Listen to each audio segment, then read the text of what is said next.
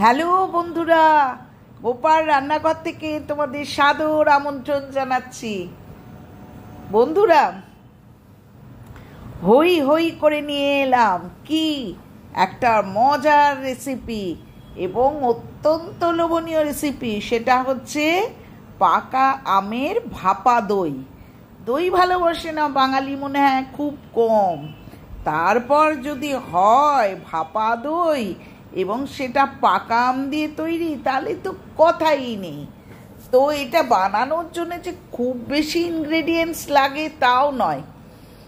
তো তার জন্য লাগবে হচ্ছে দই, টক দই। সেটা ঘরে পাতা হতে পারে, সেটা দোকানের হতে পারে, বা সেটা টেট্রা প্যাক বা প্যাকেটের দই হতে পারে। আর কি লাগবে? আর লাগবে হচ্ছে কনডেন্স মিল্ক, চিনি এবং পাকা আম। এবার কিভাবে বানাচ্ছি দেখো। পরিষ্কার ফটফটে একটা কাপড়ের টুকরোর মধ্যে আমি কিন্তু এখানে প্যাকেটের দই ব্যবহার করেছি, 1 কিলো দই। দেখো আস্তে আস্তে কিন্তু একটা প্যাকেট দই কিন্তু ঢেলে দিলাম। এবার ঢালবো হচ্ছে দ্বিতীয় প্যাকেটটাও কেটে নিলাম। নিয়ে এই কাপড়ের উপরই, কাপড়টা যেন অবশ্যই পরিষ্কার ফটফটে হয়। আবার কিন্তু আমি সেকেন্ড প্যাকেটটাও কেটে কিন্তু দইটা ঢেলে দিলাম।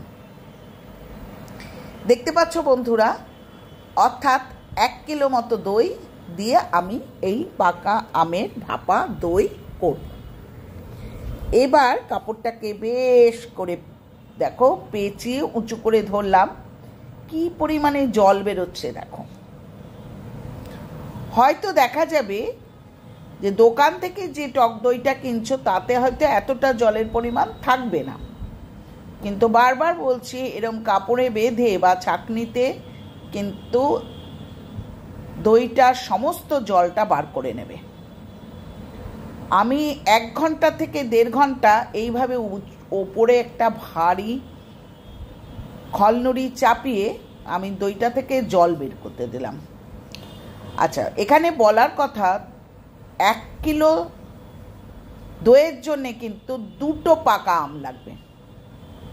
আমি হিমসাগর আম ব্যবহার করেছি। তারপর দইটাকে বের করে কিন্তু আমি ছাঁকনিতেও খানিকটা ছেঁকে নিয়েছি। দেখেছো, একদম জলবিহীন দই, কোনো রকম জল নেই। আচ্ছা, আমটা অবশ্যই কিন্তু মিষ্টি হতে হবে। আমি হিমসাগর ব্যবহার করেছি কারণ এটা স্বাদে গন্ধে অতুলনীয়। আর চিনি দিচ্ছে। বারবারই বলছি, 1/2 কিলো যদি টক দই হয় তাহলে একটা পাকা আম ব্যবহার করবে, আর যদি 1 কিলো টক দই হয় 2টো আম ব্যবহার করবে। আমি ওই আমটার টুকরোগুলো নিয়ে চিনির সাথেই কিন্তু মিক্সিতে পেস্ট করে নিয়েছি। এখানে একটা কেক টিন নিচ্ছি, কেক টিনটার মধ্যে কিছুটা ঘি দিয়ে দিচ্ছি।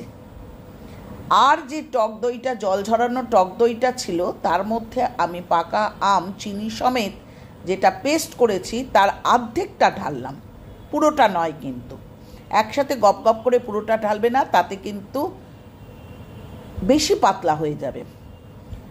এটা ফ্যাটানোর উপর কিন্তু সম্পূর্ণ টক ভাপা দইটার স্বাদ নির্ভর করে। এটা হ্যান্ড বিটারের মাধ্যমেও তোমরা ভালো করে বিট করে নিতে পারো, বা চামচের মাধ্যমেও কিন্তু তোমরা খুব ভালো করে নেড়ে নেড়ে নেড়ে নেড়ে দইটায় যেন কোনো রকম লাম্প না থাকে, খুব ভালো করে নেড়ে কিন্তু লাম্পবিহীন দই তৈরি করো, তাহলে ভাপা দইয়ের স্বাদটা ভালো হয়। এরপর আমার মনে হলো যে আরেকটু আমের পেস্ট দিলে ভালো হয়, তো আমি হাফ দিয়েছিলাম। এরপর আমি ওই আমের যে পাল্পটা করে রেখেছি চিনি সমেত, সেটার থেকে আর হাফটা দিলাম, দিয়ে খুব ভালো করে নাড়াচাড়া করলাম। এখানে আপনারা ম্যাঙ্গো এসেন্স ব্যবহার করতে পারেন বা ম্যাঙ্গো ফুড কালার ব্যবহার করতে পারেন। আমি কিন্তু কোনো ব্যবহার করিনি, কারণ আমটা যেমন মিষ্টি ছিল তেমন সুন্দর কালার ছিল এবং তেমন সুন্দর স্মেল ছিল। এবার দিয়ে দেব হচ্ছে এর মধ্যে কনডেন্স মিল্ক। বন্ধুরা, মিষ্টির পরিমাণ বা চিনির পরিমাণ নির্দিষ্ট করে বলা যাবে না, কারণ কার আম কতটা টক বা মিষ্টি সেটা তো জানা নেই। কনডেন্স মিল্কটা আমি প্রায় 3 চামচ বা 4 চামচের মতো দিয়ে দিলাম। দিয়ে খুব ভালো করে টক দইটা দেখো ফেটিয়ে নিচ্ছি। কোনো বাবলস বা কোনো রকম কিন্তু লাম্প নেই। হয়ে গেল, সরিয়ে রাখলাম। কেক টিনটাতে ঘি দিয়ে রেখেছিলাম, সেটা কিন্তু একটা ব্রাশের মাধ্যমে কিন্তু কেক টিনটাতে কিন্তু ঘিটা ভালো করে মাখিয়ে নিলাম চারপাশে। এরপর একটা বাটার পেপার দিয়ে দিলাম কেক টিনে।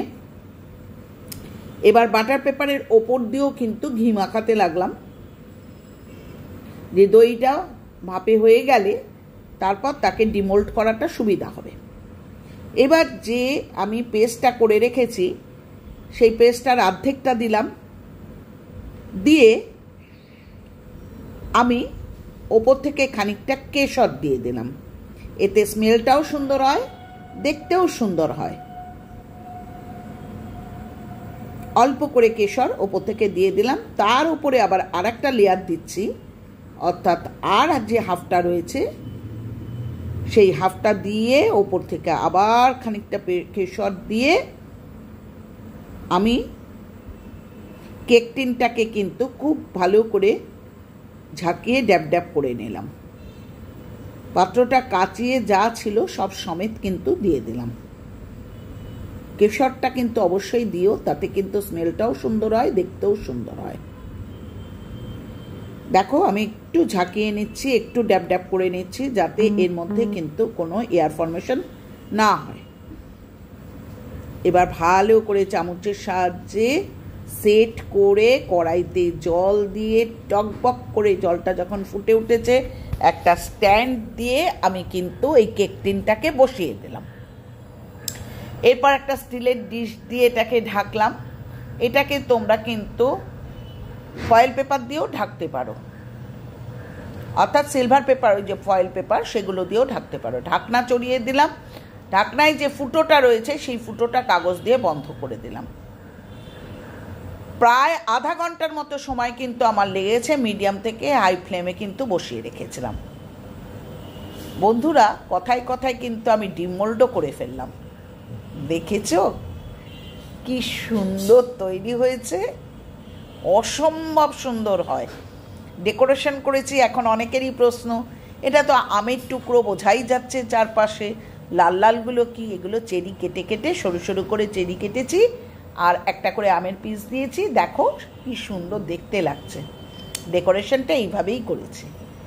দেখো মাঝখানে একটা চেরি বসিয়ে দিয়েছি। হয়ে গেল আমার পাকা আমের ভাপা দই। ভীষণ প্যালেটেবল একটা ডিশ। শুধু নিজেরা খেয়েও না, যতদিন আম আছে বাড়িতে যদি কখনো গেস্ট আসে, এটা একটা ডেজার্ট আইটেম হিসাবে কিন্তু অবশ্যই পরিবেশন করতে পারো, খুব সুনাম হবে। এবার কাট করছি, অর্থাৎ এটা সুন্দরভাবে এই ভাপা দইটা একটা নাইফের সাহায্যে কিন্তু আমি কেটে নিচ্ছি। দেখো বন্ধুরা কি চমৎকার তৈরি হয়েছে। একটা টুকরো সেপারেট করলেই তোমরা বুঝতে পারবে যে কতটা সুন্দর হয়েছে। বারবারই বলছি যে 15 থেকে 20 মিনিট বাদে কিন্তু করে কোনো লাভ নেই, কারণ আধা ঘন্টা বা আধা ঘন্টার বেশি লাগে। তোমরা কিন্তু বারবার করে ঢাকনা তুলে, অর্থাৎ আধা ঘন্টার পর থেকে একটু তুলে কিন্তু সরু স্টিক বা ইয়ের মাধ্যমে কিন্তু দেখে নিও, কাঠি দিয়ে দেখে নিও। দেখেছো কি তৈরি হয়েছে? দেখেছো? এই এক টুকরো ভাপা দই কারোর প্লেটে তুলে দিও, দেখো সে কিরম খুশি হবে। খুব সুন্দর খেতে হয়, একদম গ্যারান্টি দিয়ে বলছি, একবার ট্রাই করো। পুরনো বন্ধুরা যেমন করে সাপোর্ট করছো ঠিক তেমন করেই পাশে থেকো বন্ধু। ভালো ভালো কমেন্টে ভরিয়ে দিও, তাহলে আবার পরের দিন ঝাঁপিয়ে পড়বো একটা ভালো আইটেম করতে। আর নতুন বন্ধুরা চ্যানেলটা সাবস্ক্রাইব করো, লাইক করো, কমেন্ট করো, শেয়ার করো। কমেন্ট কিন্তু ভীষণ জরুরি, ঠিক আছে? আর ফুল ওয়াচটা করো, কারণ প্রত্যেকটা জিনিস করতে তো প্রচুর কষ্ট হয়। আজ আসি, ভালো থেকো সবাই, পরের দিন ফিরবো নতুন আইটেম নিয়ে। টাটা।